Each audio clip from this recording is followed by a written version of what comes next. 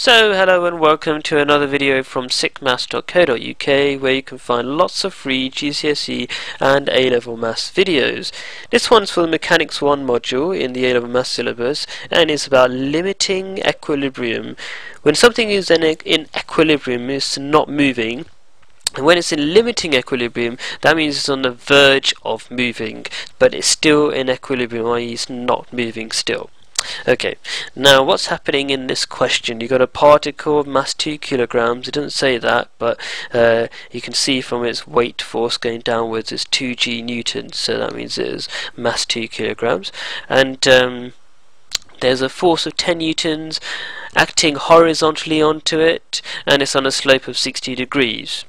And it's on the verge of rolling up. Now, resistance is a resistive force. It resists motion.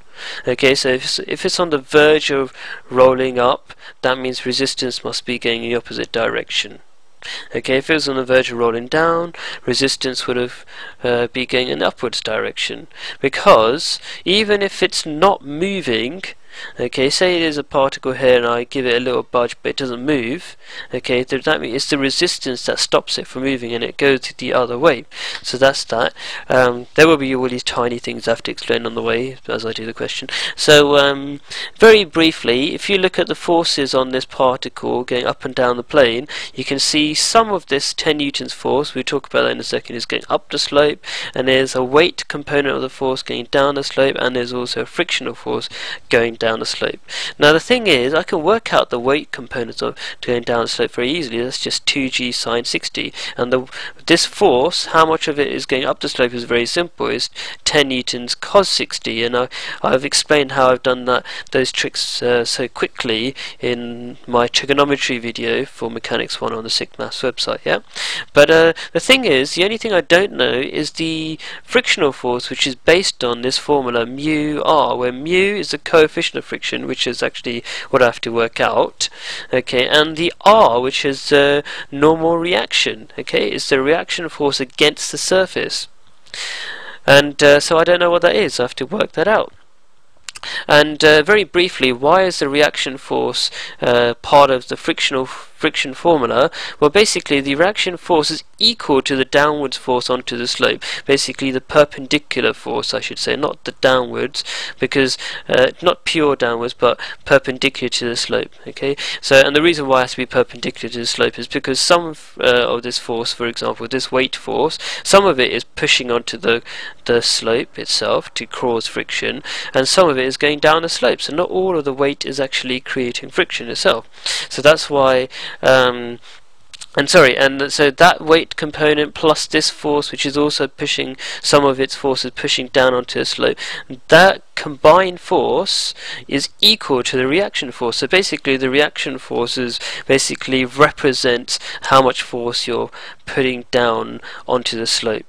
Okay, if something was pulling it up slightly but not quite lifting it, it would reduce the overall downward force, which would actually reduce the overall reaction force as well, because the reaction equals the downwards force, or the force, I should say, perpendicular to the slope. Anything else? Very briefly, if you've got a flat slope, then working out the reaction is very simple. And so imagine there's no weight force or anything on it. I mean, sorry, no other forces other than the weight. Okay, the reaction force will simply equal the weight force. Just so you know.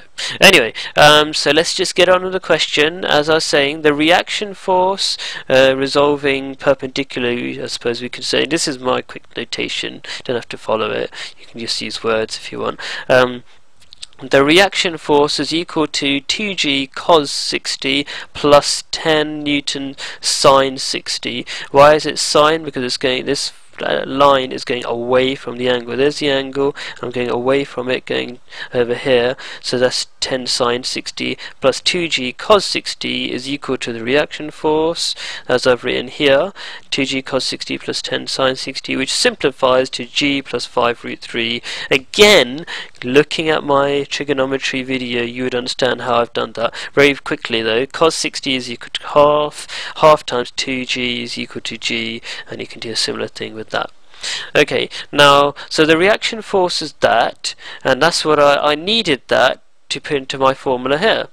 So now I can write the upwards force looking upwards is 10 cos 60, and the downward force is 2g sine 60. I'm not sure if I said that before, but that's the downward force of the weight, and plus the frictional force, which we said is mu r, which says mu times the normal reaction, which is this bit. Okay, so that's the normal reaction. So we've got an equation full of stuff we do know, because these are just numbers, these are just numbers, these are just numbers. It's only mu that we don't know, so you just have to rearrange, and you've got mu as a subject, and which gives you 0.65. Very simple.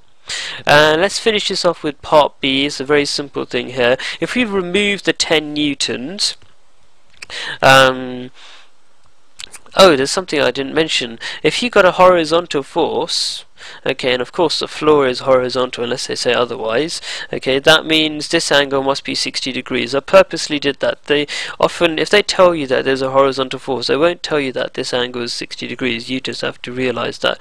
But of course the force could have come down a different way, but I just wanted to demonstrate the idea of if there's a horizontal force, that angle must equal that angle, because they will be alternate angles, because this line is parallel to this line, of course. Anyway, so that's yet another thing to explain, but very important. Okay, I want this video to be as comprehensive as possible. Anyway, so you got the 10 newtons force removed.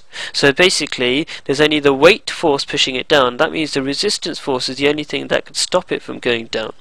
Okay, so now the resistance force is going up and the weight force is going down as before anyway, of course. So looking at the forces, we want to know if it's still in equilibrium.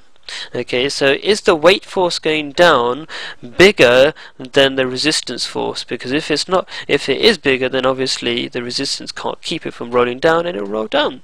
So 2g sine 60 is the weight force going down, and the frictional force is up to mu r. Oh, we have to talk about maximum frictional force. Let's talk about that very quickly.